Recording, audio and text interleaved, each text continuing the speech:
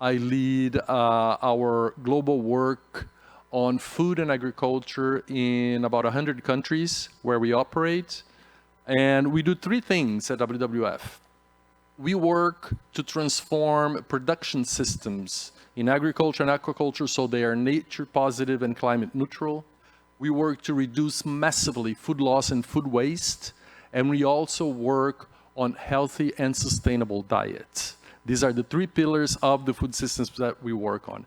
And I have the privilege today to lead and moderate this panel with some great speakers. I'm going to invite everybody to the stage right now so that we can accommodate our seats and then we can start. So let me start by inviting Ms. Leticia Baird, the public prosecutor for the state of Bahia in Brazil. Thank you, Leticia, and welcome. Also, Ms. Bettina Bergman Madsen, she's the Chief Procurement Officer for the Copenhagen municipality in Denmark. Ms. Lilian Rahal, National Secretary of Food and National Nutritional Security from Brazil. Mr. Patrick Mink, Senior Policy Officer from the Federal Office for Agriculture in Switzerland. Welcome, Patrick. Ms. Elisabetta Hesini, President of the National Council of Food and Nutritional Security, CONSEA. Welcome, Elisabetta. And Mr. Quentin Druel, Director for Products and Materials and member of the WBCSD Extended Leadership Group from the United Kingdom. Welcome to you all. Before we start, I'd like to just set the context a bit for what these barriers are. What does the food system that we have today looks like? I'm going to get this right. Go back. No. Yeah. Here's the state of the food systems as we see it from the organization that I represent at WWF. We have a food system that overexploits and inefficiently use natural resources. So we have about 40% of the land use. This food system uses 70% of the fresh water available. And get this, 75% of all foods that are traded come from 12 plants and 5 animals. Of everything that we eat, 75% comes from 12 plants and 5 animals, making our food systems extremely monotonous. While all that happens, 40% of all the food that is produced is never eaten. It goes to waste or is lost in the post-harvest. And out of the lands that are used for agriculture, 40% goes to livestock. Again, the food system also leads to an unhealthy planet. This food system represents 70% of the biodiversity loss. Climate change, it is responsible for about 30%, a third of climate change, greenhouse gas emissions. It's responsible for 80% of the deforestation and habitat conversion, and 50% of the biodiversity loss on fresh water. And it also leads to unhealthy people. While all of the above happens, about 33% of people lack access to healthy food. 31% is the number of people who are obese or overweight, while 10% of the planet goes hungry every night, the population. When you put numbers, I'm an economist, so we like to put numbers on everything. When you put numbers on all of these, we see that the food systems delivers the value of about $9 trillion per year, USD. But the cost of what we call externalities, the cost to human health and planetary health, are negative 20 trillion. So the net value of the food system today is negative $11 trillion per year. It's in the red, and again, to unlock these barriers, we need to have multi-stakeholder processes. We need to bring government, companies, NGOs together. We need to bring to the decision-making table all of those who are generally excluded, underrepresented, or really are marginalized because they're not part of the discussion. We need to bring them on board. And in this session, we're going to have examples of how this can be done. We will start with 2 examples on public procurement, how it happens in 2 places. And I'm going to start and give the floor to Ms. Bettina Baird, public prosecutor of Bahia State in Brazil. So, Leticia, why don't you take the stage and show us what you're doing? Thank you.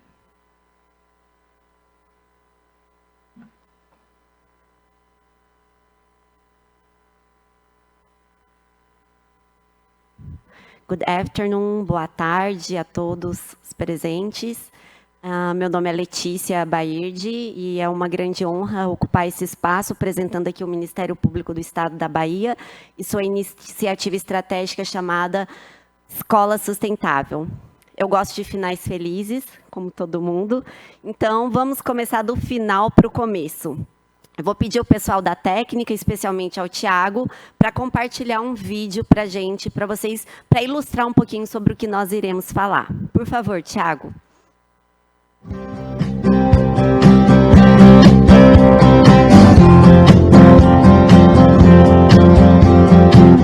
O programa Escola Sustentável é uma iniciativa do Ministério Público da Bahia para o fomento da política pública da alimentação escolar, visando a promoção de sua qualidade, segurança alimentar e combate à desnutrição e obesidade infantil, por meio do estímulo à priorização das compras públicas dos alimentos com produtores locais e consideração da sustentabilidade, em observância ao Programa Nacional de Alimentação Escolar e com alinhamento aos Objetivos do Desenvolvimento Sustentável das Nações Unidas. Operando em fase piloto, entre os anos de 2018 e 2020, o Escola Sustentável estimulou ações de educação nutricional, alimentar e ambiental, e também o replanejamento pelas nutricionistas escolares dos cardápios convencionais, normalmente compostos por alimentos processados não saudáveis, por cardápios sustentáveis constituídos por alimentos saudáveis, preferencialmente ricos em frutas e vegetais, produzidos localmente por pequenos empreendedores familiares, mulheres do campo e comunidades tradicionais. Durante a sua etapa piloto, o Escola Sustentável foi acompanhado por instituições de pesquisa que avaliaram os resultados das ações promovidas pelo programa, nas condições de saúde dos alunos, na qualidade da alimentação escolar e também impactos ambientais dos cardápios oferecidos. Dados já publicados revelaram que os cardápios convencionais e cardápios sustentáveis, quando comparados, apresentam semelhança em termos nutricionais, com a observação de que os cardápios sustentáveis demonstraram superioridade na oferta de ferro e magnésio, além de serem livres de colesterol. Os pesquisadores também analisaram os impactos ambientais dos cardápios convencionais e dos cardápios sustentáveis, apurando-se que os cardápios sustentáveis, além de viáveis nutricionalmente, mostraram-se mais eficientes para o meio ambiente, contribuindo com a redução em até 17% na emissão de gases de efeito estufa, quando oferecidos 2 vezes por semana, colaborando, portanto, para o enfrentamento da crise climática. Conheça o programa Escola Sustentável e junte-se ao movimento global pela saúde humana e planetária.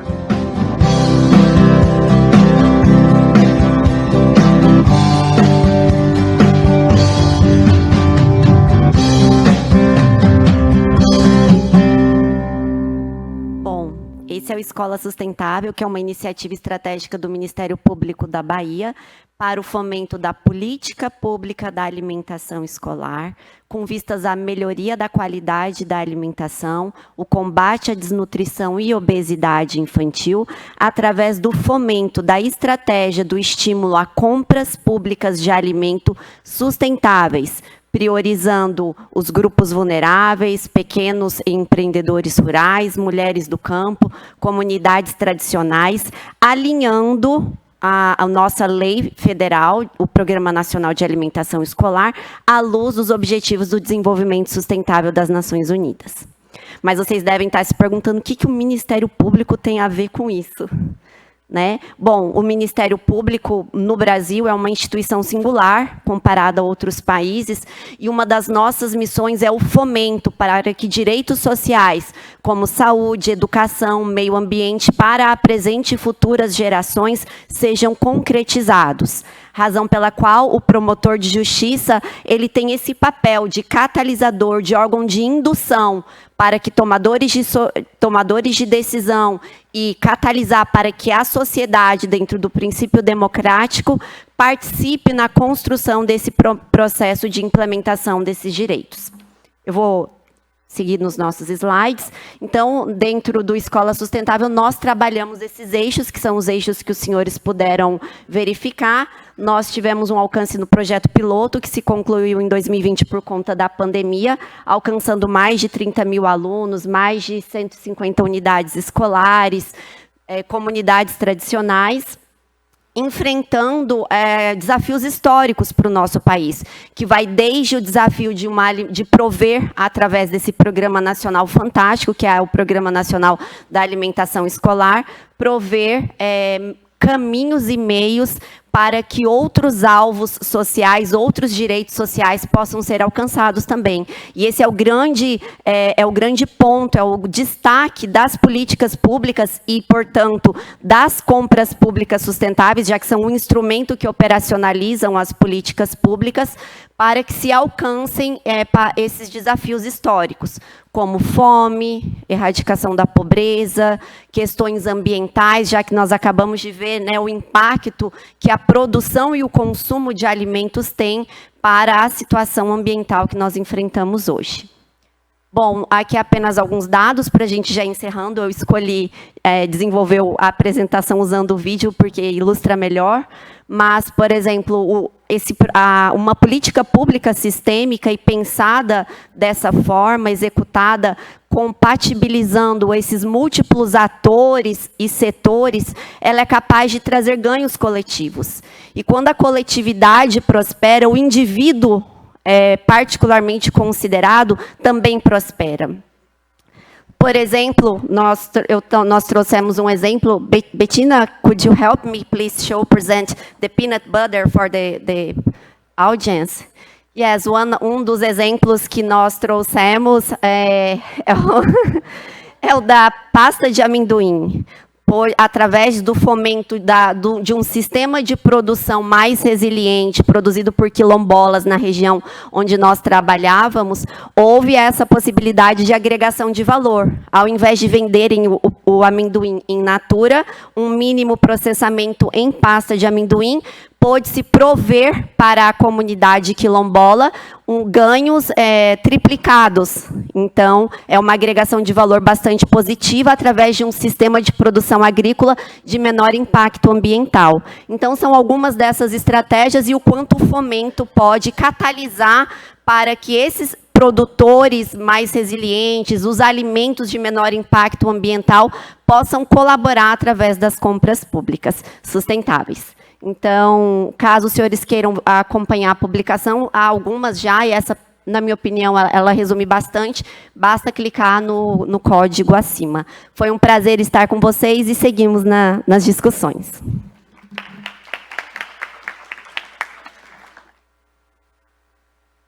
So much, Leticia. This is amazing. Without much further ado, let me invite Leticia to assume the stand here. Would you like to... Bettina, I'm sorry, Leticia just spoke, to come to the podium and deliver a presentation about what's happening in Denmark, in Copenhagen. Welcome.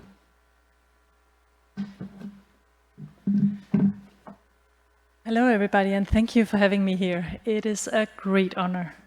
I am looking very much forward to sharing with you what's going on in Denmark, Copenhagen especially, where we are working on trying to implement sustainable targets that our politician sets into procurement. So I think I have my slides here, maybe? Ah, the pointer. Ah, very good. Aha, here we go. I always show this slide because I feel there's so much power in public procurement if you know how to use it. But it can also feel like a lonely journey for the procurement officers because we often see it by ourselves. Luckily, we get to meet each other, like Letitia and I, we met at different conferences, but not all procurement officers are lucky to go to conferences like I am. So it can feel like a lonely journey across the mountains. And in our backpack, we have many different things. For example, in Denmark, they made very nice dietary guidelines. They include both how to eat healthy, sustainably also. So here we actually have something to use. But is it a procurement officer who's supposed to look at the dietary guidelines? Yes, if you do food procurement, you will properly look at them. But often, sometimes, you will think that is only for chefs. But no, because we have to put it into the procurement so that the chefs can use it. We also have an action plan for plant-based food in Copenhagen and in Denmark. So we have an action plan that supports to go greener. But will it reach the procurement officer's desk? Not always, but we can actually be one of the keys for trying to do differently. We can be the key that makes us go to the green side instead of staying at the dry side. And this is important that we know that procurement can be that tool. When you do food procurement, you can do either catering or you can do procurement for food that then are cooked by chefs. This is, in Copenhagen, we do both. We have both, and the criteria that I'm talking about in this presentation can be used in both kind of procurement, both for catering and for buying food at a wholesaler or at direct at the farmer side. Food procurement in Copenhagen. We have a target politically set to reaching 90% organic. The target was set in about 2001, I think. It was a long-term goal. We heard earlier today that we need politicians who dare to set long-term targets, who need to reach further. The politicians in Copenhagen did this. So we had to reach this within 15 years. Right now we are at 87.5% organic in all public meals in the city of Copenhagen. It is pretty close to 90, but we still need a little bit to go further. We have 1,100 kitchens and we have 1,700 employees in these kitchens, working for the city of Copenhagen to cook differently. So here you can see we train the kitchen staff to cook differently because it doesn't come by itself to cook more sustainably. We have to have the kitchen staff along, and here also comes the procurement, because if we teach kitchen staff to do differently and then we do the traditional procurement, it does not work because then they have not the right material to cook differently. So it's also interesting to look at our WVRA data, because as you can see the little red square, it's, I think, 2% ruminant meat, like red meat. It fills a lot on our CO2 emission. We all know this, but it's actually, for me, as a procurement lawyer, pretty clear to see that if I cut back just a little bit on this, or do it differently in my procurement, it will have a huge effect on our CO2 emission. So this is some of the things we can work with. So to bring policy into life, you have procurement specialists, you have conversion agents, the one who help the kitchens to cook differently. We have a great market dialogue with the supplier, so they know what we want to procure for. They know like what is coming in the next tender. And then we have dialogues with the kitchen, so we know what they would like to need and also how they will use it in the procurement. All this brings together, then we can actually create an opportunity to change. We can see new potentials that can be put into the procurement and then create the change. In our current procurement, we included the Sustainable Development Goals. I think here we have a great tool that we can all use. We all committed to these. We can actually use them to do differently. So we are working on packaging, preventing food waste, seasonality and diversity, climate-friendly food, and so on, organic, everything. We put it in there and then we link it to the targets, so that when we talk to the politicians, they know, saying, okay, so you work on 12.4. Okay, we get that because we committed to that. So we have a joint language. Also, Letitia and I, we speak the same language because we are all referring to these. So this can be a really great tool for us. Seasonality can be linked to eating habits. In Denmark, we eat strawberries in May, June, July, not in December. Because traditionally, they were very good grown in May, June, July, in Copenhagen and area around there, so that's when we eat them. So of course they should be only in the procurement in May, June, July, not in December. We have traditionally food, we eat rye bread with fish on the topping. How can we get the right fish when they are in season? It's not like the apples where you can see when to pick them. The fish is linked to the water and the sea and the weather is changing and the streams are getting warmer. How can I be sure that I ask for fresh fish in season? So this is some of the problems that you're facing when you're a procurement officer. But for apples, we ask for also diversity. What is diversity in apples? Not just a red and a green apple. We want different kind of apples. In an apple tender, we ask for many different kind of apples, and the suppliers were given points on how many different kind of apples they offered us. This is interesting because then they were doing an effort, and here we would secure biodiversity. Because we didn't want the apples from the Apple Hotel. Even though they are organic, they can be stored there. We wanted diversity in apples, legumes, different kind of meat, different kind of fish. This is what we try to accomplish by our procurement. We are not using just best value. This is important. We want other criteria to support what we would like to buy and to support a more green transition. So we had 40% on price, then we have 60% on tasting, the quality of the food, because it's something that we eat. It has to be good quality, and then we also have sustainable criteria within the 60%. So I think it was 25, and then the rest on sustainability. It was transportation, packaging, and so on, all different kinds. But it all comes down also to the contract management. One thing is what you ask for in a procurement. The other thing is sometimes what you get. You have to follow up and you have to make sure that you get delivered what you ask for. Because you can put all the criteria into your procurement, then you have to follow up and make sure that the change you asked for is really happening. And then you can prove that actually the politicians' target they set, you will make them happen within the procurement. This is where I think the real magic is happening, proving that we are moving in the right direction. And we're doing that with the procurement in Copenhagen. So I said the fresh fish in season. We also ask for it, where do it come from? Is it sustainably caught? We want it so that we can cook it with the children. We do that in Copenhagen. We bring them along so they see the real fish. They know where the fish are coming from. We made a potato tender so that they know where the potatoes are grown for. We asked them to bring a potato kit within the potato tender so that the kids can grow them themselves. We made this within a food trails project supported by the EU so that we can see how the potato kit is grown, and the tender was made within a coach project. This can be done because we were supported to do differently, to try to think differently. So here you see how the kids they helped harvest. They also actually were taught about it. If you follow this link, we will share the video, you can see how the potato is grown. And they went to the field. So the farmer shows it and they were like, oh my God, you're that famous potato farmer.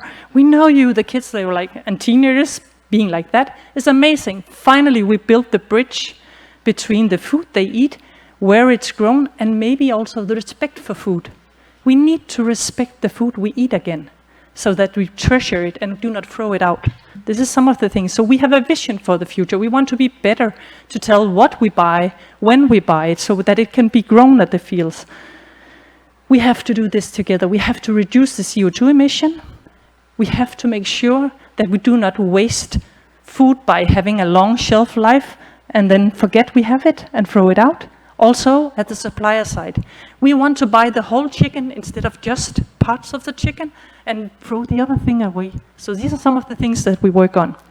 We build a national food procurement officer network in Denmark so that we can share this idea. Because I'm lucky, I only work on food. Other procurement officers, they do diapers, road salt, heavy machinery, and so on. I am a food procurement officer, and this is what we do. We focus only on food. That's why I can be so nerdy on it. And then we also, together with the EU project, built like a network within the European Union. Best Remat it's called, and now it's brought into Joint Action NCD. And you can see on the first picture where we had like a small one, small pieces starting, and now we are many. So we made publications. Here you can read actually about some of the things together with the WHOs, because we are not alone anymore. Now we go together. So this is the point also with One Planet Network. We are in this together, luckily. Thank you.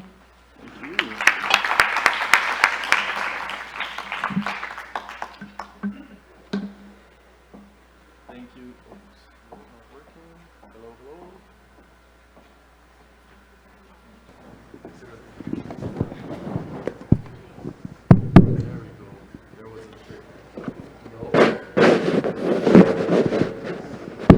Now it's going. There was a trick.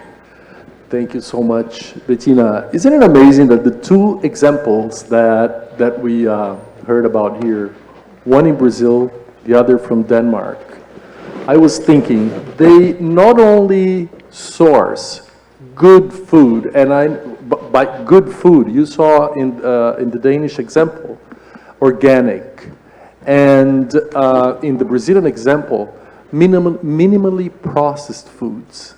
So those who produce food, produce in a way that those who will consume will get better health. It leads to community resilience. It leads to, we can think about agroecological principles in the way that these foods are produced. So everybody gains. And with that, we can begin to reduce the impacts of the food system that I presented in my first slide.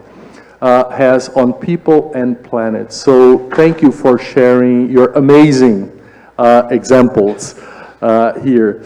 But let's start now with the discussion with this wonderful panel. And I'd be keen to hear, this is the One Planet Network.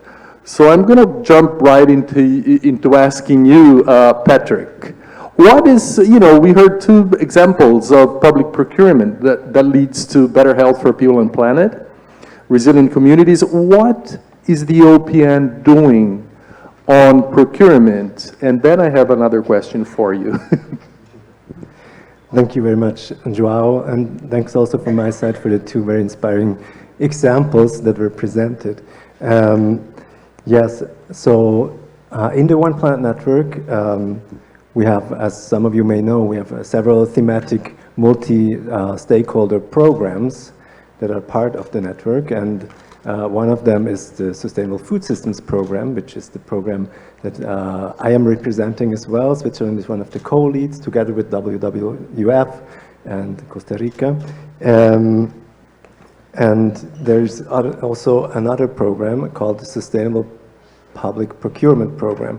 And we have a joint interest group between the two programs, and recently they started a joint project on sustainable public food procurement with a focus on, initial focus, let's say, on Latin America, actually. So FAO and UNEP are in the lead of that program and of that project, which has an objective to develop a framework for action with recommendations for governments at different levels on how to integrate social and environmental considerations in their public food procurement. So it's sort of a collection of best practices that can serve as a menu, if you want, to help operationalize these such recommendations. That's wonderful to hear. Thanks, Patrick. And from your perspective, what really prevents countries from developing coherent and effective policy frameworks for sustainable development? And are there, from your perspective, any key strategies for ensuring policy convergence across food systems, including nutrition, equity, climate, and biodiversity? Thanks, and well, this is of course a tricky question, and I don't have a simple answer or an easy answer, but as a government official myself, Well, my initial answer is that many countries have recognized the need to transform their food systems, and some have even taken steps towards developing coherent policy frameworks to that end. But often what happens is that the effective implementation of global commitments is being slowed down or sometimes even reversed by countries' political economy dynamics. And such dynamics may be internal, for example, differences in values and interests or trade-offs in policy objectives, as well as external, such as crisis or economic slowdowns. Now, this means that successful strategies for food systems transformation must factor in such international and national policy economic context, or the national political economic context. This means that they will have to be very highly context specific, but I will nevertheless try to give a few examples, let's say from a Swiss perspective. First of all, the first example is linking policies. Linking policies, and you mentioned it, the coherence, convergence, linking policies across different agendas can in itself be a very effective strategy to address political economy dynamics, as it can create opportunities to build new coalitions. For example, a segment of your population may care for healthy nutrition, while another one is primarily concerned for the environment, and a portion of your farmers may be open to adopting more sustainable practices. Now, in such a context, linking policies across food systems, nutrition, climate, biodiversity may create scope for alignment across different interest groups, and this in turn may enhance the chances that your policy, your framework, your coherent policy framework may actually fly. In Switzerland, we have one example that I can mention here is our recent climate strategy for food and agriculture.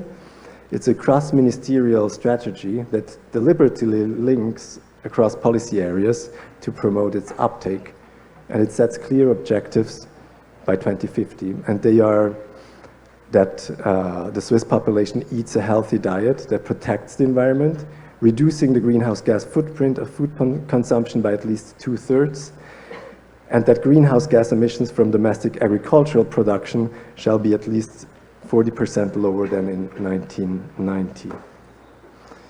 And along quite similar lines, our federal parliament last year requested the administration to elaborate a new draft agricultural policy based on the vision of our government's executive branch of a more coherent agricultural policy framework that promotes also environmental as well as nutritional and health goals, in addition to enhancing sustainable and resilient agriculture production and value chains. So this is a first point, an important strategy to link across policies to build new coalitions of interest. A second one, and you mentioned it already in the beginning, is very important to ensure effective implementation then of such coherent policies. And this is absolutely crucial, is to strengthen coordination and collaboration across institutions, across ministries, across stakeholder groups, and to involve everyone. And again, there are several ways you can do this, and it will be different from one context to another. And in some countries have decided to merge ministries. Others have established new multi-stakeholder, interministerial multi-stakeholder fora like CONSEA, and we will hear more about that later. I'm very much looking forward to that. So in Switzerland, we haven't created any new institutions, at least not so far, but the very fact of having solid cross policies that go across different areas kind of has or is leading to a shift of mindset, sort of, that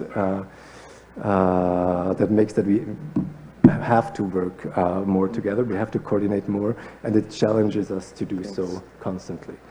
And then just the third and very last point I would like to mention is that advocacy at global level remains very important also, as it can help then it's an important tool to address political economy dynamics at the national level, because advocating for policy convergence across food systems, nutrition, biodiversity, climate change agendas in fora such as the upcoming CBD COP16, next year's Nutrition for Growth Summit, then there will be the second stock-taking moment of the Food Systems Summit, and of course COP30, again here in Brazil. It can provide very important momentum to help countries promote effective food systems policy domestically.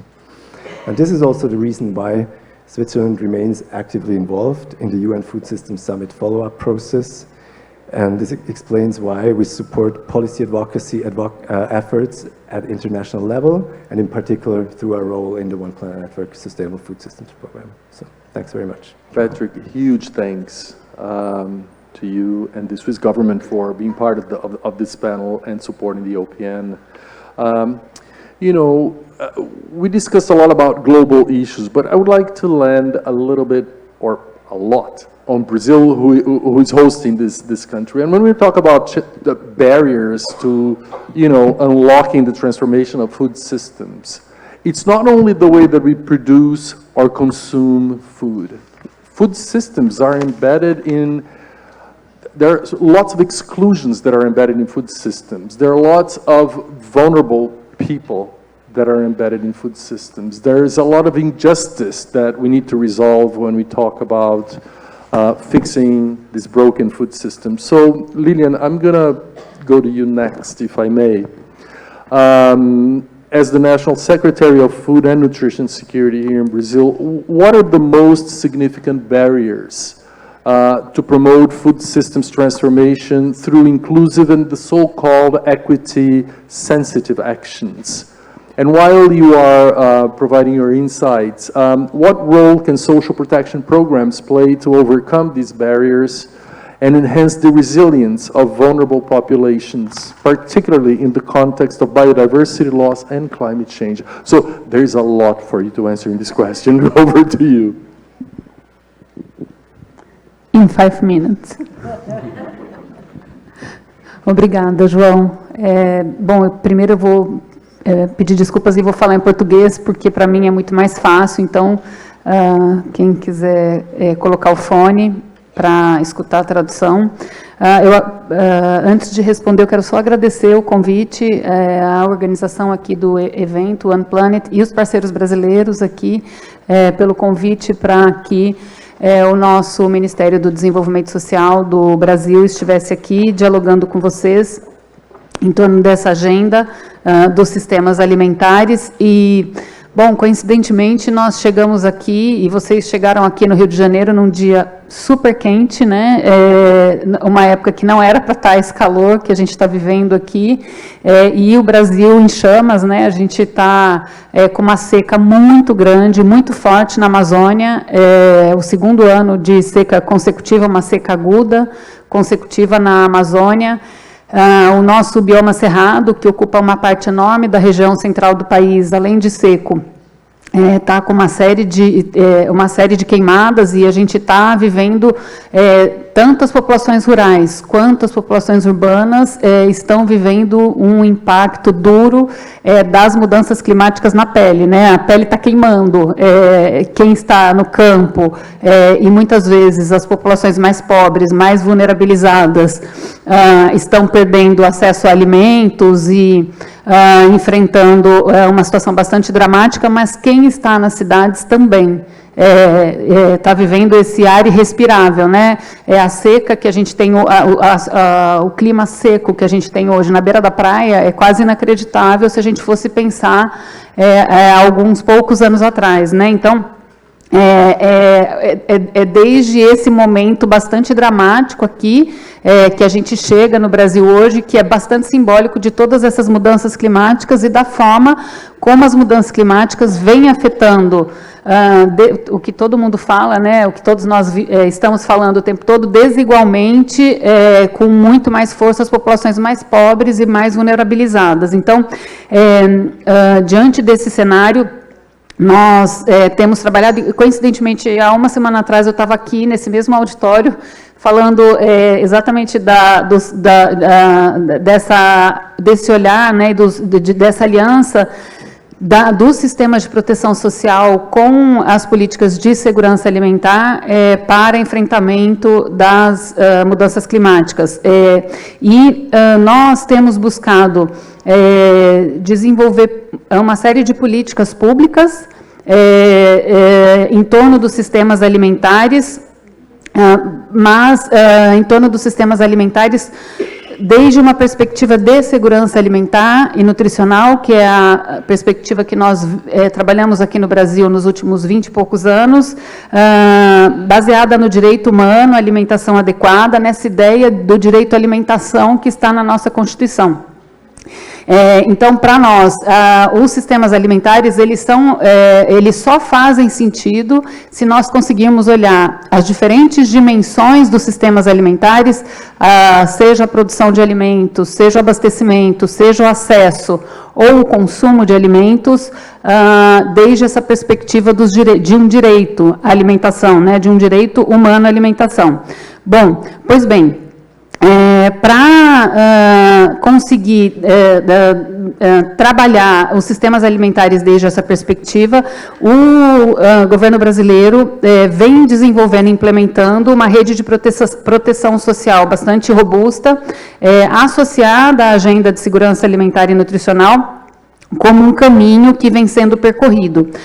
Nós temos hoje no Brasil alguns instrumentos bastante poderosos, fortes, de identificação e endereçamento de políticas para as populações mais pobres e para as situações mais vulneráveis. Um dos nossos principais instrumentos é um cadastro único de programas sociais que envolve mais de 40 milhões de famílias, e mais de 90 milhões de pessoas, a quase totalidade das pessoas pobres do Brasil estão nesse cadastro único, e é um instrumento bastante mobilizador de políticas para as populações mais pobres. Por exemplo, o nosso programa de transferência de renda, que é o programa Bolsa Família, que é um grande programa de acesso a alimentação, em função da transferência de renda e algumas condicionalidades que são associadas à transferência de renda, é um programa que é totalmente implementado a partir dos dados e de todos os indicadores que estão no nosso cadastro único de programas sociais. E, da mesma forma, nós temos outros registros, como um cadastro da agricultura familiar, que nos ajuda a implementar alguns programas específicos relacionados à compra de alimentos, que eu vou falar daqui a um minutinho. E outros sistemas que conformam essa rede de proteção social, uma rede de assistência social bastante forte em todos os municípios do país, um sistema único de saúde, enfim. E nós estamos buscando a implementação de um sistema de segurança alimentar que, junto com os demais sistemas, tem interagido para a implementação de programas, políticas e ações para que esses programas cheguem a quem mais precisa. Este ano, em março deste ano, nós tivemos uma ação bastante simbólica desse movimento, que foi a publicação de um decreto por parte do nosso presidente, criando uma nova cesta básica de alimentos, uma cesta básica de alimentos composta por alimentos in natura e minimamente processados, excluindo os alimentos ultraprocessados, com o objetivo de orientar programas, ações e políticas públicas da área de segurança alimentar e nutricional. Dentro desse decreto, nós previmos 10 grupos de alimentos, como eu falei, in natura, minimamente processados e alguns processados, que organizam a dieta básica da população brasileira, e essa cesta básica é bastante inspirada, e ela marca a posição do nosso guia alimentar da população brasileira como o grande orientador das políticas de alimentação de uma forma geral, né? É muito importante ter um guia alimentar, né? um guia que nos oriente sobre a diversidade da nossa alimentação, das formas de se alimentar, do acesso e do consumo, especialmente, né? Então, a nossa nova cesta básica, ela chega, então, agora, né, para orientar uma série de políticas dentro da previsão da nova cesta básica, do decreto que criou a nova cesta básica. Nós demos um destaque especial para os alimentos da sociobiodiversidade, que devem ser considerados em todas as regiões do Brasil, assim como as diferentes culturas e hábitos alimentares locais.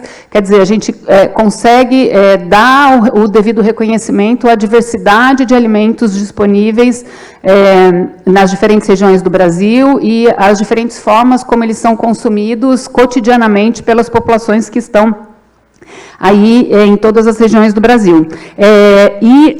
Nós temos trabalhado essa nova cesta básica como uma orientadora de políticas de produção de alimentos, de abastecimento, de acesso e de consumo.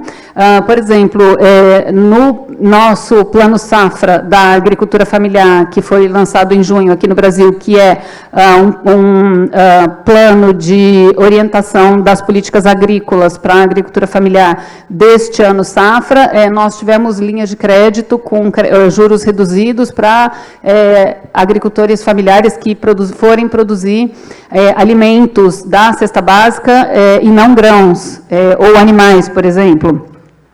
Da mesma forma, a nova cesta básica vem orientando os nossos programas de compras públicas.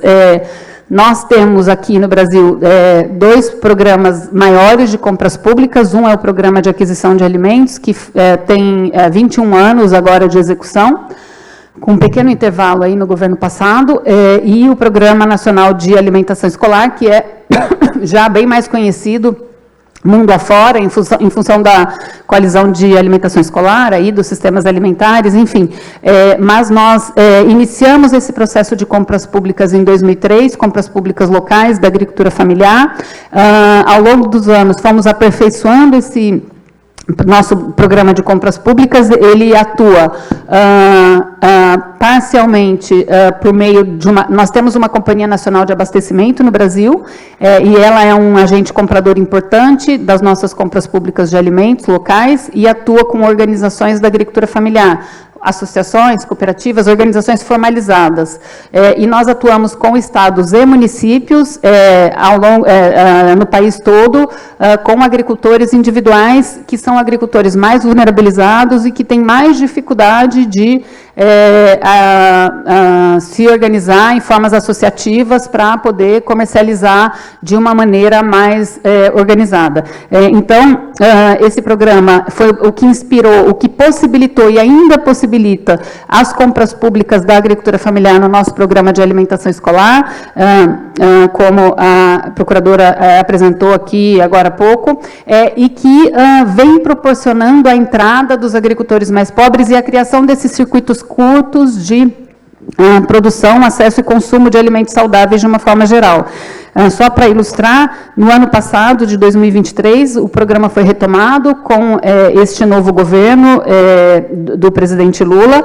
Nós executamos mais de R$1 bilhão em compras da agricultura familiar, que significa mais ou menos 200 milhões, um pouco menos de 200 milhões, 180 a 200 milhões de dólares. Chegamos a 81.700 agricultores familiares. Compramos cerca de 170 mil toneladas de alimentos, que foram distribuídas para quase 10 mil entidades da rede socioassistencial, sistema de saúde, escolas, enfim, uma diversidade aí de atores, cozinhas solidárias. Desse público, 60% são mulheres, 67% são agricultores mais pobres, da base do nosso cadastro único, registrados no cadastro único, 15% são populações indígenas, 15% são quilombolas. Ao longo da história desse programa, nós já comercializamos mais de 400 itens variados. Então, é isso. A gente tem, como colocou o João aqui, né, cada vez mais um encolhimento da nossa biodiversidade, mas a gente tem dos alimentos mais consumidos, do que se planta, do que se produz, do que se tem disponível, e a gente tem utilizado este programa, assim como o programa de alimentação escolar e outros programas, para buscar identificar, reconhecer e fomentar essa diversidade na alimentação cotidiana, né, de comida de verdade, como a gente gosta de dizer. Então, esse é um dos programas que nós temos trabalhado, talvez bastante simbólico em função do assunto que a gente está tratando aqui, e aí tem outras coisas importantes que nos possibilitariam tratar mais dessa aliança, né, da proteção social, que é o que nos dá a base para poder seguir com programas de segurança alimentar ou segurança hídrica. Só rapidamente um programa bastante simbólico para a gente, né, que é o programa de cisternas, que nós trabalhamos também há cerca de 20 anos, que é um programa que provê segurança hídrica e alimentar para populações pobres, rurais do nosso semiárido e agora da Amazônia também, em função dessa situação de seca. É um programa que instala um pequeno reservatório, um reservatório de água acoplado às residências das famílias, para que elas possam captar a água da chuva no momento de chuva e passar a seca com alguma capacidade de armazenamento de água, que a gente já chegou a mais de 1.200.000 famílias com água para produção, e que vem fomentando a criação de resiliência para as condições adversas das mudanças climáticas nos biomas mais secos e mais difíceis de se viver no rural brasileiro. Então, vou fechar aqui, porque já acabou meu tempo, né, João? Tá bom. Eu poderia falar um pouco mais, mas tá bom. Encerrando aqui. Obrigada. Obrigado a você, Lilian. Muito obrigado. It's incredible to see that if there is one country in the world in which we don't have to have a choice between biodiversity and climate and food production and consumption is Brazil. And one of the big examples that you mentioned is our, I say our because I'm Brazilian, right? I mean, our food-based dietary guidelines. It's incredible because it's localized. So in each region, there is a combination of foods that can be eaten, right? And provide the right nutrition for people of that region, with all the nutrients that they demand and so on and so on. So we see these national dietary guidelines in Brazil that makes an explicit call for massive reduction in ultra-processed foods, which is amazing from the human health perspective. So these food-based dietary guidelines that are used for procurement, as Lilian mentioned, that, creates the enabling space for people to eat well, with social safety nets that she mentioned, and with the right incentives so that access to the right foods is feasible. But yet, I would like to still ask a question on vulnerabilities, because in this country where basically what you sow is what you're going to harvest, right? Despite the fact that we're living through tipping points of climate change. But there is so much vulnerability still, and I'm looking at you, Elisabetta, because there are marginalized voices in food systems discussions. So in what ways can we ensure that the voices of vulnerable groups, including small-scale farmers, indigenous communities, and local communities, are effectively represented in the decision-making process for food systems transformation, successfully addressing and balancing current power dynamics? This is a supercharged question again, so good luck in the response. Olá, eu vou também falar em português. Boa tarde, quero agradecer o convite da One Planet, do IDEC, todos os parceiros que conformaram essa sessão. It's not... I am speaking, really? Okay, sorry about that, sorry. I'm just saying hello for everybody and just thank you for the invitation. Então, vou tentar falar bem mais devagar. Então, agradeço o convite e é impressionante como nós estamos num momento onde a discussão da sustentabilidade, da transformação dos sistemas alimentares tem sido um tema muito presente, né? Muito presente mesmo. Eu vejo que essa presença traduz, primeiro, o quanto isso é importante para a nossa própria existência. Acho que a gente tem que se convencer que nós podemos ir embora. O planeta fica, de um jeito ou de outro, ele se recupera. Assim como os dinossauros foram embora, nós também podemos ir, né? Talvez tenhamos feito muito mais estragos, tá? Mas, e também ele é muito presente porque, na verdade, é um desafio que está na nossa frente, cada vez mais próximo de nós, que está demonstrando as suas consequências pelos atos, pelas escolhas que nós fizemos enquanto humanidade, enquanto países, enquanto sistemas políticos, e o quanto há barreiras que são muito estruturais e muito estruturantes nos diversos países. Logicamente, em cada um dos países isso pode se expressar com relativa diferença, mas há questões que são muito comuns a todos os nossos países. E acho que uma dessas questões diz respeito à pergunta que foi feita para mim, para enfocar um pouco com mais cuidado a questão da participação daqueles que, na linguagem dos direitos humanos, são os titulares de direito. Todos nós somos titulares de direitos, né? Os direitos humanos são universais. Mas, enquanto princípio, enquanto o conjunto de princípios dos direitos humanos, aqueles grupos que estão em uma situação de maior vulnerabilidade, pelos diferentes motivos, eles precisam ter prioridade na realização dos direitos. Eu quero, antes de desenvolver a minha ideia, eu quero só explicar rapidamente o que é o Conselho Nacional de Segurança Alimentar e Nutricional, porque não necessariamente todo mundo conhece. O Brasil tem um histórico nas suas políticas públicas, seja de saúde, de assistência social e também de segurança alimentar e nutricional, de sistemas que têm a participação social incorporado na sua estrutura de implementação de políticas e programas. Como que isso acontece? Através do que nós chamamos conselhos. Então, nós temos na saúde, na assistência social e também na segurança alimentar e nutricional, um conselho que está no nível federal, então dialoga com os ministérios, conselhos no nível dos estados, que dialoga, então, com as secretarias de Estado, e conselhos no nível municipal.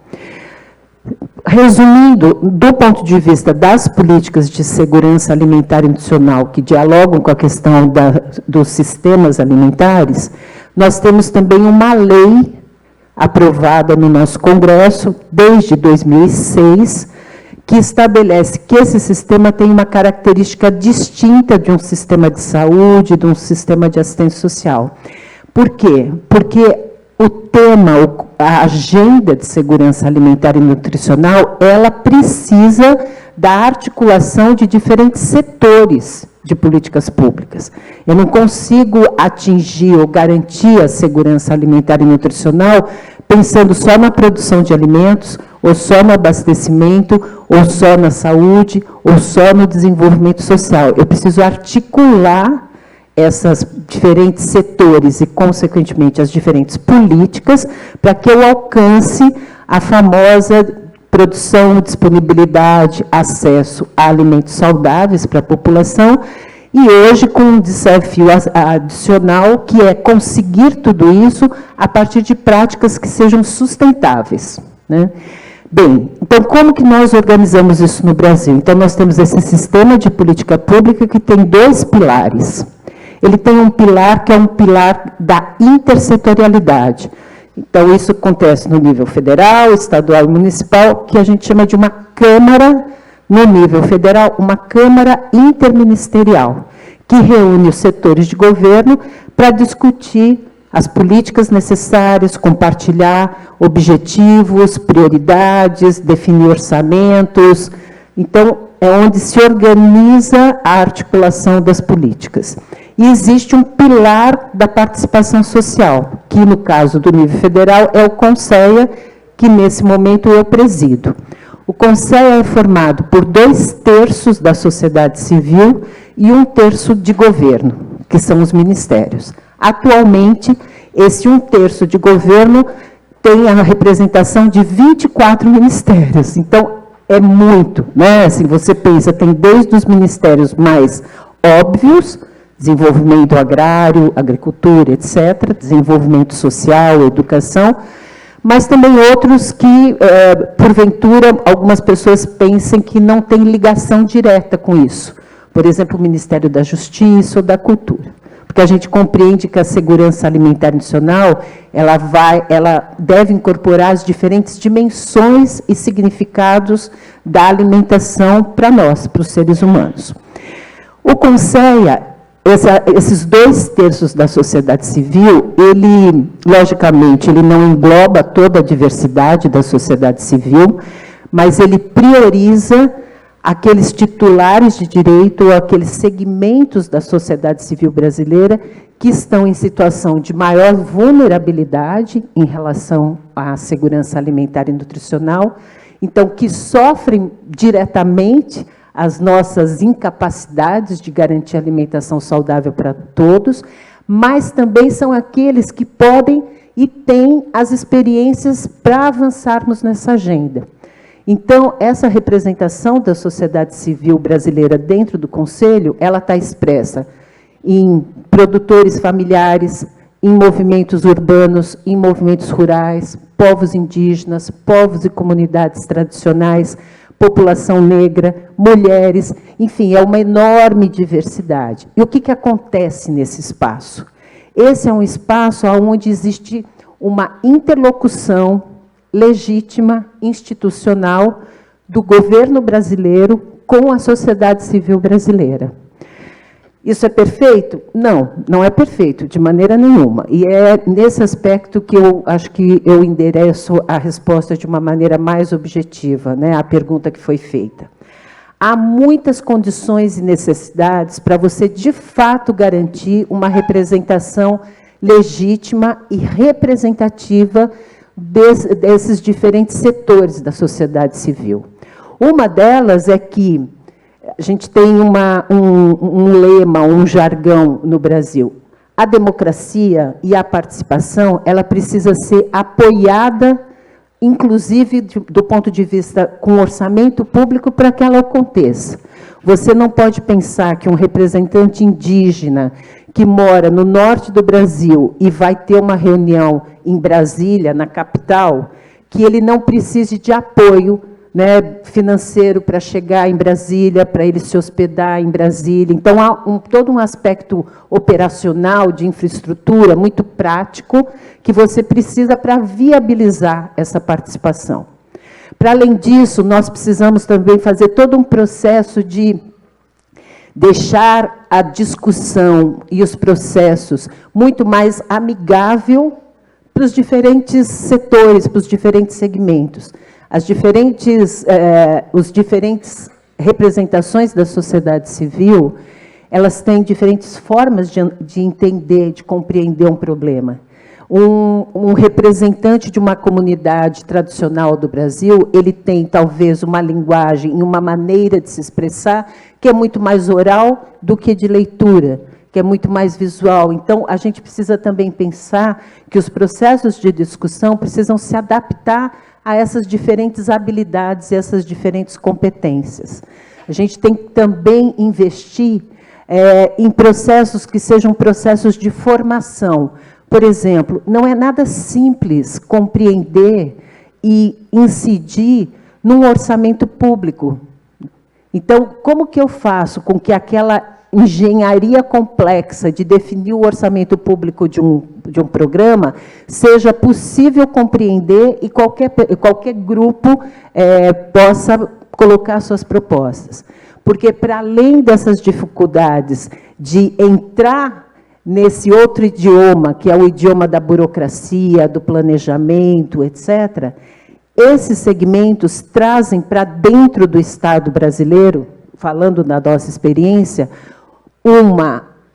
um conhecimento, trazem uma realidade muito mais detalhada dos problemas e trazem também muitas soluções. Muitos dos programas brasileiros hoje, que são exemplo para o mundo inteiro, são programas que tiveram origem em experiências muitas vezes locais, e que o Estado teve permeabilidade para reconhecer e começar a aprimorar isso enquanto uma política pública. E só para finalizar, desculpa eu me estender, mas só para finalizar, eu quero colocar uma outra camada que garante o acesso das comunidades em situação de maior vulnerabilidade aos processos políticos. Por exemplo, os dois exemplos, né, que a procuradora da Bahia nos colocou a respeito dessa iniciativa das escolas saudáveis, as experiências que a Lilian colocou, das cozinhas solidárias, etc. Por exemplo, o programa de aquisição de alimentos, como a Lilian apresentou, ele é do início dos anos 2000. E é interessante ver como que a gente vai aprimorando esses processos, porque, num primeiro momento, eles garantiram o acesso dos agricultores familiares aos mercados institucionais, públicos. Aí a gente vai percebendo que isso não é suficiente. Por exemplo, os povos indígenas coletam a biodiversidade, eles querem entrar no programa. As nossas comunidades tradicionais também, os extrativistas. Só que a maneira como esses povos e essas comunidades chegam na política pública não é a mesma que uma cooperativa de agricultura familiar. O quanto eles estão organizados, o quanto eles compreendem como fazer isso, o quanto eles precisam ter os instrumentos adaptados às suas dinâmicas. Então, há experiências extremamente ricas no Brasil que mostram como a gente precisa ter grandes objetivos nacionais, mas a gente precisa também ter a sensibilidade, a flexibilidade, a capacidade de adaptar os processos da política pública às especificidades de muitas comunidades. É isso que faz com que elas possam entrar politicamente na definição dos programas e das políticas, mas também elas usufruírem desses processos para que isso realmente seja uma ferramenta de promoção da igualdade, da equidade e, consequentemente, de ampliação do acesso à alimentação saudável e proteção da nossa biodiversidade. Thank you so much, Elisabetta. It's amazing that the work of the Council, in including those voices and communities who are not always represented, and including them in the political process that will affect them as well. So I congratulate you and the work of the Council for that, Elisabetta. Thank you so much. Food system, processes that inform food systems transitions are political processes, and that's why the work of Conselho is super important. Thank you. Quentin, now it's to you. You heard from an NGO. You heard from two national governments. You heard from one local government, from a public prosecutor's office, and from a member of a council. Now, this equation will only balance to untackle the barriers of food system transformation if we invite the private sector, which you represent through your work in WBCSD. So indulge us with a very tough question for you too. You are not off the hook. So how can private sector engagement be harnessed to support the transition to sustainable food systems? And what role should finance and business play in this transformation? There you go. Well, thank you for the opportunity to share some thoughts on this. And it's a critical agenda as we transform our food systems to become more sustainable.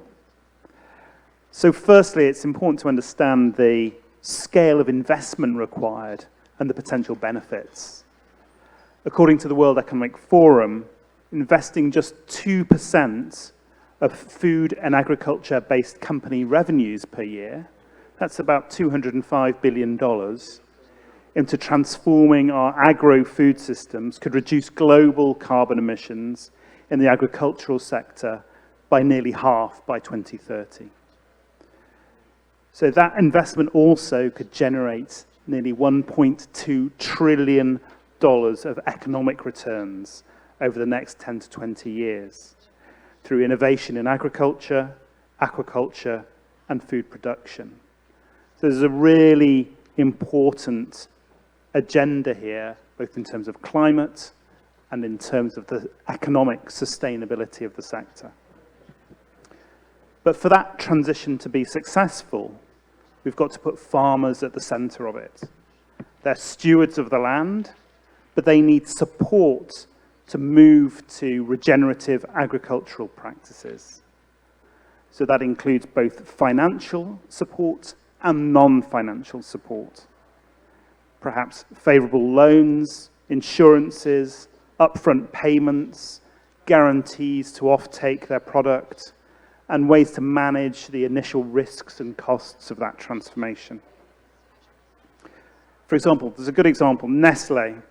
They've got a living income accelerator program in the Côte d'Ivoire, and that rewards farmers for sustainable practices. It rewards them for agroforestry and allows them to enroll their children into local schools, and demonstrates how local targeted support can deliver social and environmental benefits. But of course, farmers can't do this alone. The costs and the benefits of the transition have to be shared equitably across the entire value chain. Every player, from the processors to the buyers to the suppliers, they all need to contribute. The action agenda on regenerative landscapes that we launched in COP28 exemplifies this approach. It brings together 30 leading food and agricultural organizations to promote transparency, to measure impact, and measure partnerships. And it's already supporting millions of farmers in transitioning significant areas of land to regenerative agricultural practices. And I mentioned finance. Finance plays a critical role. Currently, only a few financial providers are engaged in regenerative agriculture, and that's a missed opportunity. By developing tailored financial products, loans and insurances for sustainable practices, and coordinating investments from public and private sources, financial institutions can help farmers transition while also creating new revenue streams and improving their own sustainability credentials. Better data standards are part of this. Robust, standardized metrics are essential to be able to measure and verify and report on progress. This data will help evaluate the benefits, like improved biodiversity, reduced water use, lower carbon emissions, enabling all stakeholders to contribute effectively. And finally, we need radical collaboration across the entire value chain. Partnerships that span the public and the private sectors, from smallholder farmers to multinational corporations. It's crucial to scale these up. The Consumer Good Forum's Forest Positive Coalition is an excellent example of how collaboration can drive meaningful progress by aligning stakeholders on common goals and metrics. So in summary, there's an immense potential in the transition to regenerative agriculture, but this needs a coordinated approach across the public sector, the private sector, and along value chains. We've got to ensure that farmers have got the support they need and distribute the costs and the benefits equitably. These investments are substantial, but the rewards and the benefits for our communities and for our food systems are even greater. Thank you very much, Quentin. Indeed, the role of the private sector is fundamental to this transformation. We don't have time for discussions, unfortunately, because we're going to be kicked out of this room very, very soon. And before that happens, I wanted to thank each one of you because, sometimes working at the global stage, we miss information about action on the ground, and you each provided examples of how each one of us doing what we know best through our work, through how we are, through what we are all about, our values, we can make change happen. It starts with us, it passes through government, private sector, NGOs, but there is one thing, we don't have time to waste. Right? There is urgency. We are 6 harvests away from delivering the SDGs. You know, I mean, this is too little time to make the transformation. So we need to act. We need to act fast. We need to act now. Along the way, we're going to make mistakes. But the biggest mistake is being anesthetized because the system is too complex to change. And we heard stories that this is doable. So let's go home when we have a plate of food in front of us. We will think about the resources that went into producing that food, the human labor, the forests and rivers that are deposited in that. And we create more respect for the plate ahead of us. And we can't forget that 10% of the planet's population cannot afford a plate to eat. They suffer from chronic hunger. And it's our job to bring them to within the food system so that they can belong to. Thank you so very much. I learned a lot from you. Thanks, the OPN, for giving me the pleasure to moderate this panel. And to finalize, a big round of applause for these women and men here. Thank you.